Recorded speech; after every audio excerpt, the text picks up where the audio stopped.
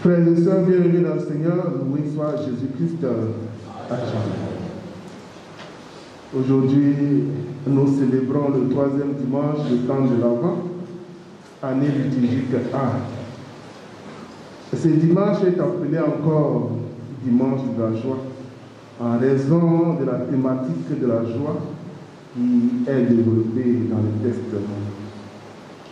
En effet, le Seigneur nous invite à nous réjouir, car sa venue est imminente. Il est même déjà au milieu de nous. Bientôt nos peines, nos souffrances prendront fin. Bientôt notre soif sera étanchée, car notre Seigneur et Sauveur est déjà parmi nous, comme il avait promis. Ce que le Seigneur nous demande aujourd'hui, c'est de demeurer ferme dans notre foi et d'être patient et endurant face aux épreuves, tout en gardant la joie de cette réalisation de sa promesse. Frères et sœurs bien-aimés dans le Seigneur, aujourd'hui, il s'agit encore aujourd'hui de Jean-Baptiste.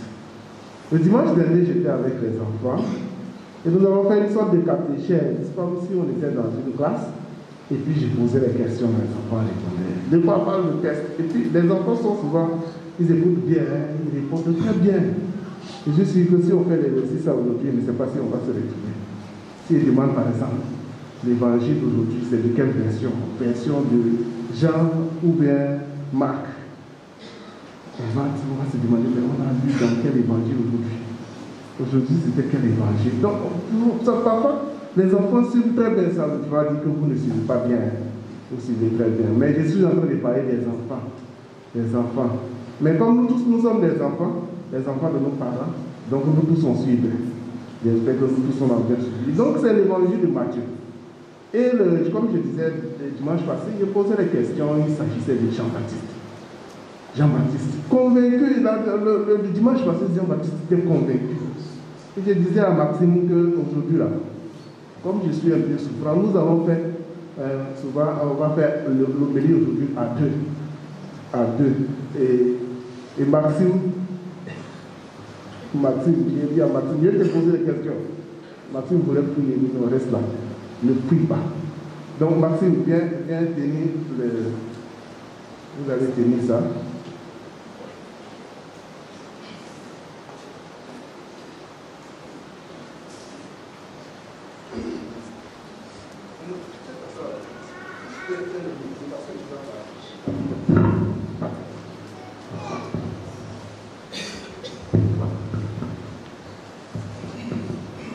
Alors donc, pour ne pas se perdre,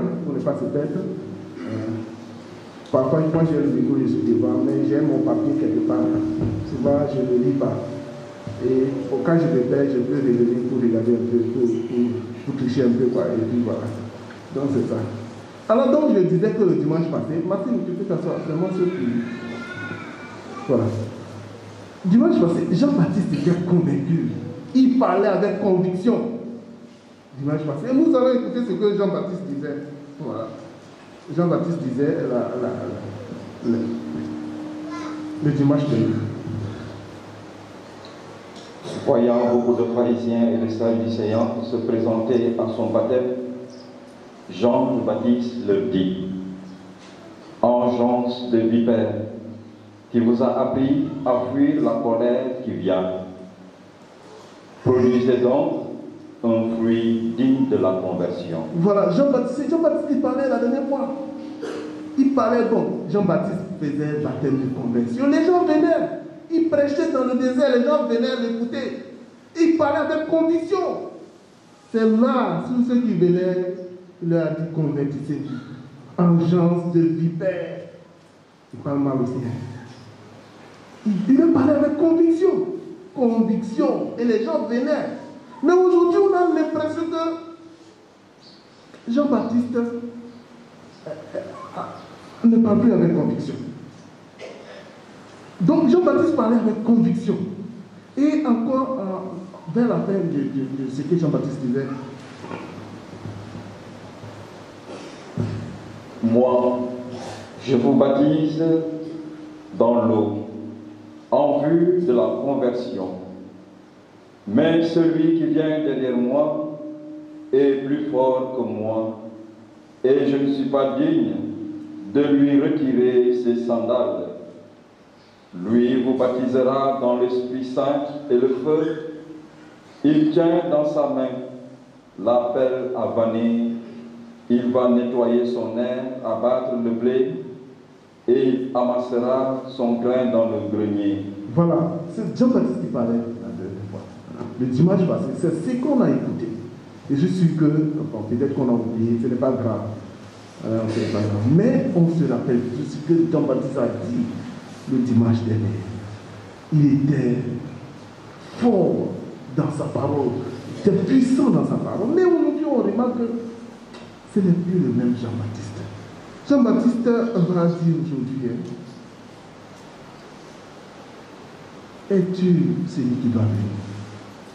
C'est comme il commence à douter.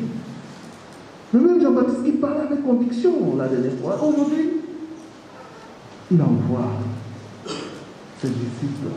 Mais vous savez, Jean-Baptiste est où quand il envoie ses disciples pour aller voir Jésus? Vous savez, il est où?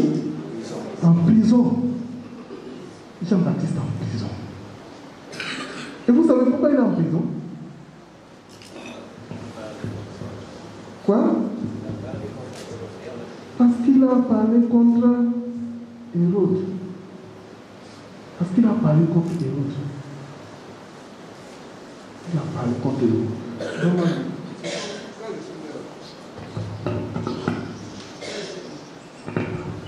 Il a parlé contre Hérode. Il a dit quoi? Tu n'as pas le droit. Tu n'as pas le droit. Et donc, à cause d'Hérodiade, la femme de son frère Philippe, Jean-Baptiste dit, tu n'as pas le droit. Jean-Baptiste est un prophète. Tu n'as pas le droit. Donc, quand il voit quelque chose qui ne marche pas, il dit que tu n'as pas le droit. Bien évidemment, tu n'as pas le droit de faire le mal. Tu n'as pas le droit de prendre la femme de ton frère. Pourquoi tu prends la femme de ton frère? Tu n'as pas le droit de faire le mal. Tu n'as pas le droit. Et chacun va mettre, tu n'as pas le droit. Qu'est-ce que tu fais? Et Jean-Baptiste va te dire, tu n'as pas le droit. À cause de cela, tu vas mettre quelqu'un en prison. Et nous mettons souvent des gens en prison parce que les gens nous ont dit la vérité. Combien de fois on met les gens en prison? Parce qu'on a dit la vérité.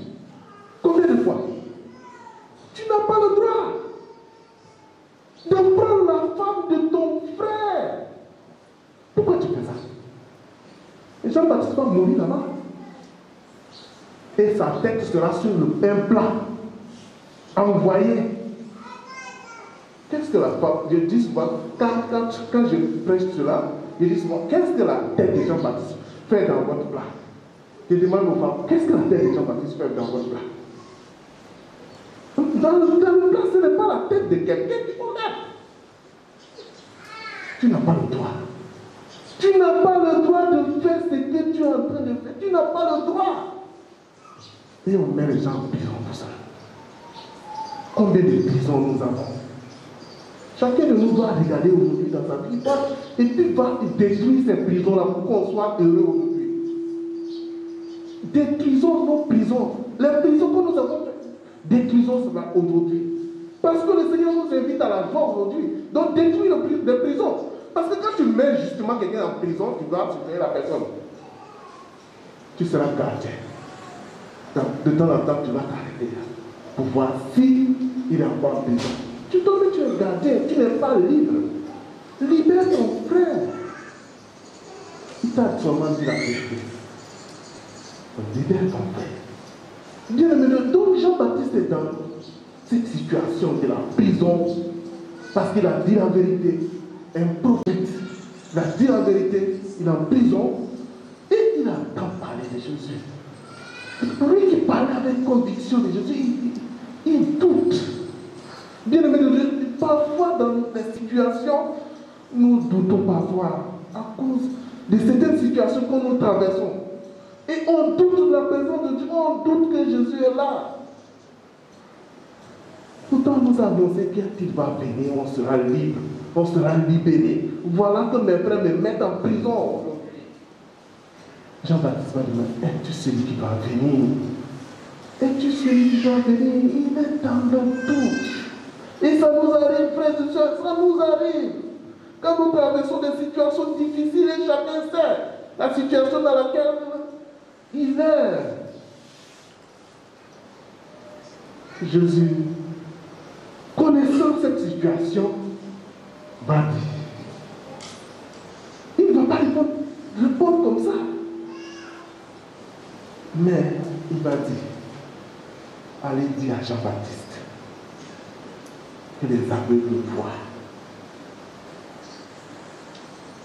Et les boiteux marchent.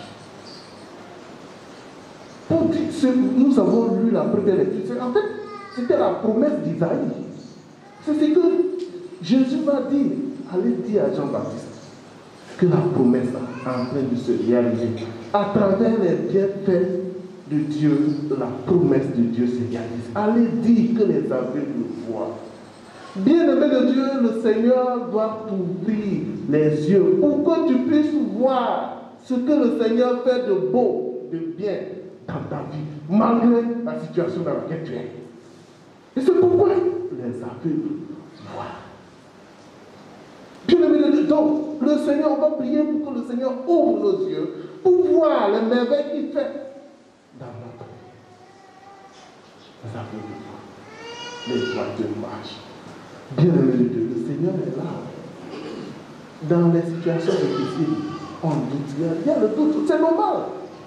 Nous sommes des êtres fragiles et finis. Et cela arrive dans notre vie. Parfois tu viens, tu dis, bon, je viens à l'église tous les jours. Parfois même tu te dis, mais pourquoi moi? Je vais tous les jours à l'église. Je prie, je fais, pourquoi moi? Bien-aimé de Dieu, le Seigneur est là. Et je vais m'arrêter là pour qu'on puisse ruminer sur la vie aujourd'hui. Le reste, c'est le temps. On va s'arrêter là aujourd'hui. Le Seigneur est là. Il est déjà là. Et il nous invite, comme il est là, il nous invite à cette joie de sa présence. Mais pour vivre en joie, il y a des conditions. Mais si tu mets ton frère en prison, tu ne seras jamais en joie. Tu l'as mis en prison, mais il parle toujours. Il a cette liberté. Toi-même, tu es là, tu n'es pas content parce qu'il est content. Tu as voulu lui faire du mal. Mais il est content, il est toujours heureux. Toi, tu seras malheureux. Le Seigneur nous invite toujours à la joie. Il y a les conditions de vivre dans la joie. Libérer les gens qu'on met en prison. Il faut nous libérer. Libérons nous-mêmes. Le Seigneur est là. Et quand le Seigneur vient, il brise tout ce qui est bien et tout ça. Que le Seigneur qui est venu, qui est déjà là, il vient, il est déjà là. Soit notre partage vient briser nos doutes et que sa présence se passe dans notre vie. Vie qui vit et règne pour les siècles des siècles. Amen.